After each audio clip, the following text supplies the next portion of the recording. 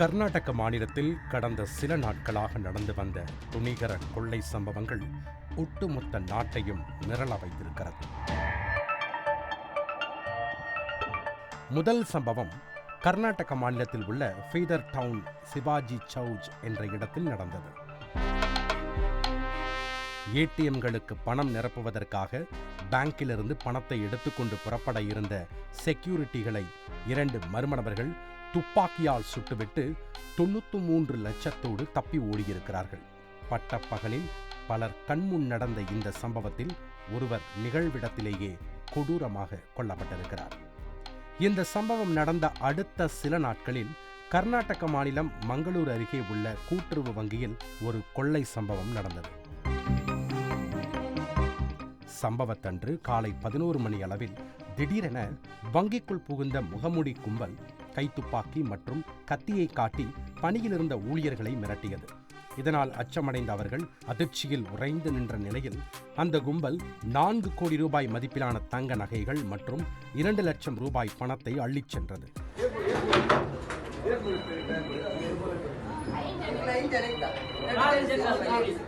தகவல் அறிந்து வந்த மங்களூரு மாநகர காவல்துறை அதிகாரிகள் விசாரணையை துரிதப்படுத்தினர்.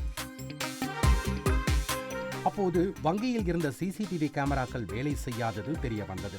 அருகில் இருந்த சிசிடிவி கேமராக்களை பரிசோதனை செய்த போது கொள்ளையர்கள் போலியான பதிவெண் கொண்ட கார்களில் வந்து வங்கி கொள்ளை அடித்ததும் பின்னர் தப்பிச் சென்றதையும் கண்டுபிடித்திருக்கிறார்கள்.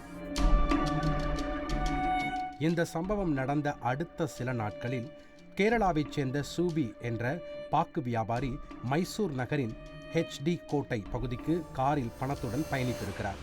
அப்போது ஹாரோஹல்லி என்ற பகுதியில் டெல்லி பதிவெண் கொண்ட மற்றொரு கார் அவரின் காரை வழிமறித்தது. அதிலிருந்து கத்தியுடன் இறங்கிய மர்ம நபர்கள் சூபியின் காரில் இருந்த 1.5 லட்சம் ரூபாய் பணத்தை கொள்ளையடித்தது மட்டுமன்றி அவரது காரையும் எடுத்துச் சென்றுள்ளனர். இந்த 3 சம்பவங்களும் பட்டப்பகலில் பலர் கண் முன்னே நடந்திருக்கிறது.